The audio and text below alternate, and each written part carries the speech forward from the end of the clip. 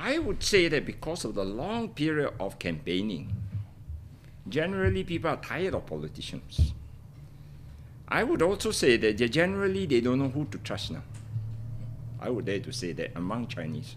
Because Chinese voters are basically very strategic voters. They always want to look for check and balances.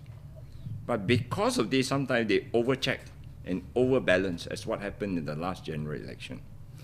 And I would say that the verdict is still out, whether the Chinese will come back to vote BN or they definitely vote for DAP. As far as DAP is concerned, the Chinese have no choice but to vote DAP. Because DAP believe in this vicious, self-perpetuating lie that the Chinese are all very angry with the government, so they have no choice but to vote DAP. So they believe in this, so they spin according to this line, and people always follow along it. But as far as I'm concerned, most of the Chinese are business, small traders, hawkers. They will still look for a government that will solve the bread and butter issue.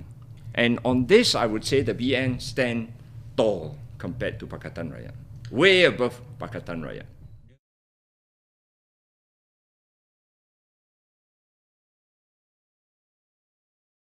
I would say that the urban Chinese votes have never been with the Barisan National Government all the time.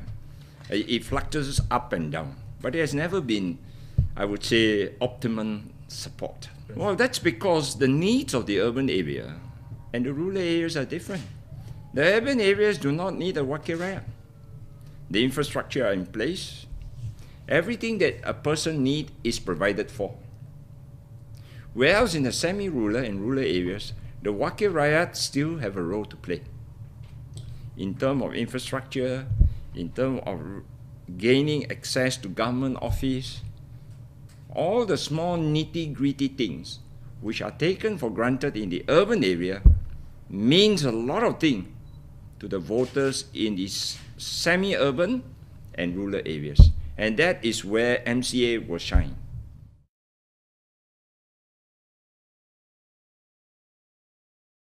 I think basically there's an interplay of many factors. Within the party, MCA in Johor and Pahang has always been known to be more united. And it's not difficult to mobilize a few thousand people in one division in Johor or in Pahang. Because there's a good mix of Malay, Chinese and Indian in both the states, more so in Johor. So the state government has also played an important role. I would always say that the state government, of which I'm fairly familiar because I worked as an ESCO for some time, the state government really takes an effort to reach out to the Chinese community and even NGOs. And because of this, I always emphasize that the state government, UMNO leadership, must make an attempt to engage the Chinese continuously.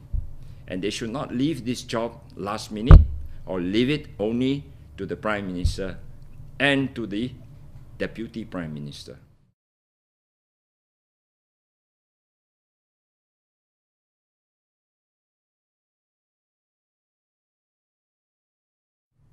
I would say that it came as a surprise, but I've been a bit cautious in this aspect. You'll notice that we start out off with dinner for MCA Medical Fund. And I find that the support was not too bad. Then we proceeded to do roadshow, where we concentrate on one constituency with a series of activities the whole day. And this gave me the confidence that people are actually quite receptive, the Chinese community. So I thought it's time to have a mega dinner. The reason why we have this mega dinner is not a show of strength, it's wrong. We just don't want DAP to rubbish the Chinese community. Because DAP always say that Chinese attend MCA dinner because it's free. There's a lot of what we call lucky draw. There are beautiful singers on the stage. Why not when it's free? It is regarded as a part of a recreation. So this time we insist that they must pay $30. And we were shocked to find that in all the places that we have held so far, 6 places, it has well exceeded the target in terms of attendance, in terms of money that we have collected. And what is surprising is that there was no entertainment. It's pure politics And the other thing is that people stay back until I finish my speech. That shows that people still have hope on MCA. People still have hope on BN.